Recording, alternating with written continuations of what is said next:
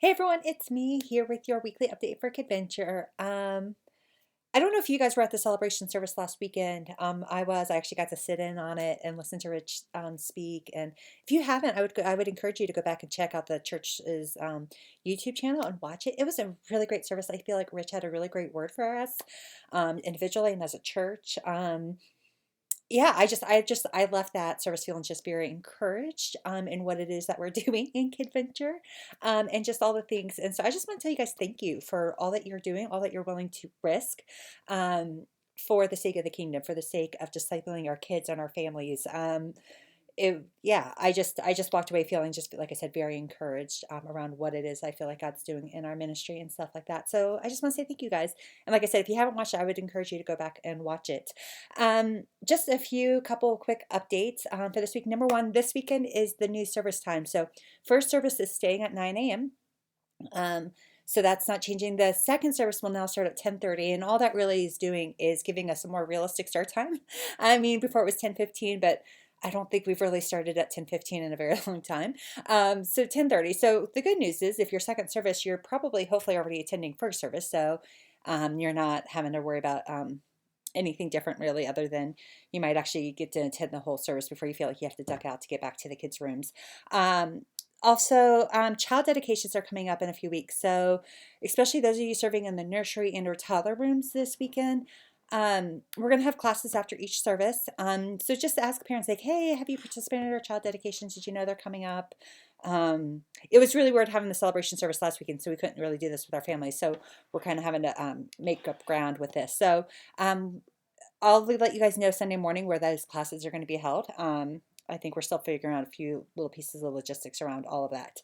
And then last but not least, at the end of October, can you guys believe we're almost October already? Crazy. Is we do an annual trunk or treat or some sort of fall festival. This year we're doing a trunk or treat, and we've done it the last few years, and it's just been a really great way for us to bless and serve our community. Last year, even in the midst of COVID, we had like 250 kids come through, which was amazing. Now last year we had kind of like a car parade where people had to go through in the cars. This year we're gonna let people get out and walk through. But you guys, here's the deal. I want lots of cars. I think part of the way we can bless the community is actually having lots of participation and service on our end, to where when community members come, they feel like, oh man, like this church really showed up for us. So I need lots of cars. I would love to have at least 15 to 20 cars that will spread throughout the parking lot for people to walk through to decorate. I've created a Pinterest board full of ideas of ways you can decorate your cars if you're kind of like, oh, I don't even know what to do. And then also obviously donating candy, because we don't give out just one piece of candy at a car. Like we give out several pieces or like handfuls and stuff like that. So, and by the way, this is going to be on October 30th. So Halloween's actually on a Sunday this year, which is October 31st. And I know a lot of us like to actually trick or treat in our neighborhoods with neighbors. It's a great way for us to connect in the neighborhood. And I want you guys to be able to do that. So I put our trunk or treat on Saturday from 4 to 6. So it's the nice afternoon time. So it's after naps, kind of before dinner. And stuff like that. So if you guys could come, I'll put a link in here where you can actually sign up to volunteer, and this will just help me know to communicate with you guys details as we get closer to the event. But like I said, I would love to have more cars. Yeah, because again, this is the point of this event, is for us to bless our community and for us to serve the Arvada.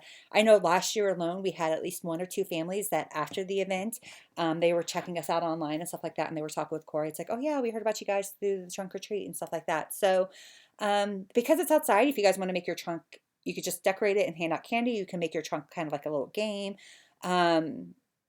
Yeah, I mean, we can get very creative with this. I will say if the weather is bad, because it's Colorado, there's always a chance of rain or snow. We will move things inside, and that'll require probably a little bit more effort on our part, just because we'll have to clear the sanctuary and the classrooms, and we'll be decorating doors and stuff like that. But we'll make it work because you guys are just amazing like that. So again, if you can sign up for a trunk, I would really greatly appreciate all of your guys' help. Um, I think that's it for now. I'm like, maybe next month, like next week when we get into the official October stuff, maybe we'll have more to talk about. But so that's it for this week. Just want you guys thinking about trunk or treat and child dedications. So yeah, so check out the celebration service if you guys haven't already, and I will see you guys on Sunday. Bye.